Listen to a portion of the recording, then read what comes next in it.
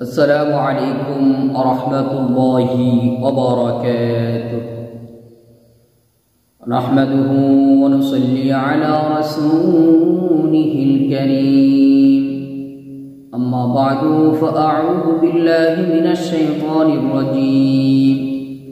بسم الله الرحمن الرحيم.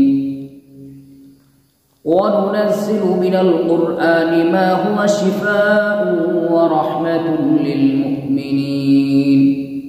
صدق الله المولانا العظيم. সম্মানিত বন্ধুগণ, তো আপনারা সকলেই কেমন আছেন? আশা করি আল্লাহ সুবহানাহু ওয়া তাআলার রহমতে সকলেই ভালো আছেন। আমিও আল্লাহ সুবহানাহু ওয়া তাআলার রহমতে খুবই ভালো আছি, আলহামদুলিল্লাহ। সম্মানিত বন্ধুগণ, আজকে আপনাদের মাঝে একটি গুরুত্বপূর্ণ বিষয় নিয়ে আসলাম।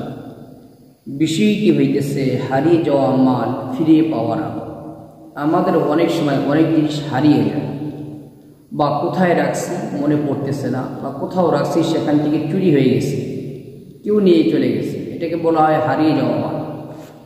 অথবা কোনো জিনিস যদি আপনার চুরিও হয়ে থাকে, আপনি যদি কোরআনী এই আমলটি করতে পারেন, আল্লাহ তাআলা জাল্লা শানহু আপনার মাল ফিরিয়ে দেবেন ইনশাআল্লাহ। চলুন আমরা জেনে নিই আমলটি কীভাবে করতে হবে, কোন আমল করতে হবে। প্রথমে আপনি উজু করে 2 রাকাত করে 4 রাকাত নফল নামাজ আদায় করুন। 2 রাকাত করে 4 রাকাত নফল নামাজ আদায় করুন। এরপরে 100 বার ইস্তেগফার পাঠ করবেন। যে কোনো ইস্তেগফার পাঠ করতে পারেন, শুধু এইটুকু পাঠ করলে হবে। আস্তাগফিরুল্লাহ আস্তাগফিরুল্লাহ আস্তাগফিরুল্লাহ 100 বার পাঠ করবেন। যে কোনো দুরূদ শরীফ 100 বার পাঠ করবেন। সাল্লাল্লাহু আলাইহি ওয়াসাল্লাম এটাও পাঠ করতে পারেন। 100 বার দুরূদ শরীফ পাঠ করা হয়ে গেলে এরপর আল্লাহ তাআলার একটি গুণবাচক নাম আছে। আল্লাহ তাআলার একটি গুণবাচক নাম আছে, ইয়া হাফিজু। ইয়া হাফিজু, আল্লাহ তাআলার এই গুণবাচক নামটি 1000 বার পাঠ করবেন। ইয়া হাফিজু ইয়া হাফিজু 1000 বার পাঠ করবেন। এরপর কোরআনে কারীমের একটা আয়াতের অংশ, ইন্না লিল্লাহি ওয়া ইন্না ইলাইহি রাজিউন। ইন্না লিল্লাহি ওয়া ইন্না ইলাইহি রাজিউন। ইন্না লিল্লাহি ওয়া ইন্না ইলাইহি রাজিউন এইভাবে 41 বার পাঠ করবেন। এরপর সর্বশেষ এই দোয়াটি পাঠ করবেন। এই দোয়াটি 121 বার পাঠ করবেন। দোয়াটি আমি স্ক্রিনেও দিয়ে দেব ইনশাআল্লাহ।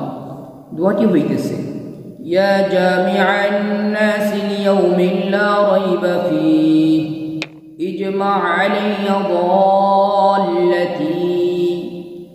আবারও বলতেছি, ইয়া জামিআন নাসি লিয়াউমিন লা রাইবা ফীহি ইজমা আলাইয়া দাল্লাতি 121 বার পাঠ করে আবারও কয়েকবার ইস্তেগফার ও দুরূদ শরীফ পাঠ করে আল্লাহ পাকের নিকট খাস করে দোয়া করবেন। এই আমলটা করা দ্বারা আল্লাহ তাআলা আপনার ফিরিয়ে মালকে আপনাকে ফিরিয়ে দিবে।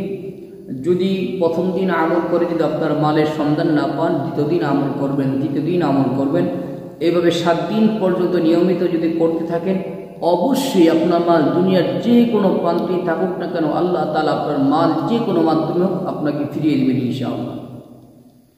এই আমলটি আমরা নিজেরাও করব, এই আমলটি আমরা অন্যের নিকট পৌঁছাই দেব, যাতে তাদের মাল হারিয়ে গেলে তারাও যেন আমল করতে পারে। কেননা যার মাল হারিয়ে যায় তার ঈমান চলে যাওয়ার সম্ভাবনা থাকে, কারণ যে কোনো ব্যক্তিকে তখন সন্দেহ করে, যে কোনো ব্যক্তিকে গালিগালাজ করে, এমনকি আল্লাহ তাআলার উপরেও এরকমভাবে অপবাদ দিতে থাকে। এই জন্য যার মাল হারিয়ে যায় সে পাগলের মতো হয়ে যায়, সেন্স হারায় ফেলে। এই জন্য আমি মনে করি এই আমলটি প্রত্যেকের নিকট শেয়ার করে দিবেন, যাতে তাদের মাল হারিয়ে গেলে তারা এই আমল করে তাদের মালকে ফিরিয়ে পেতে পারে। আল্লাহ তাআলা আমাদেরকে দুনিয়ার যে কোনো সমস্যার সম্মুখীন হলে কোরআনী আমল করার তৌফিক দান করুন, আমিন। আসসালামু আলাইকুম ওয়া রাহমাতুল্লাহি ওয়া বারাকাতুহু।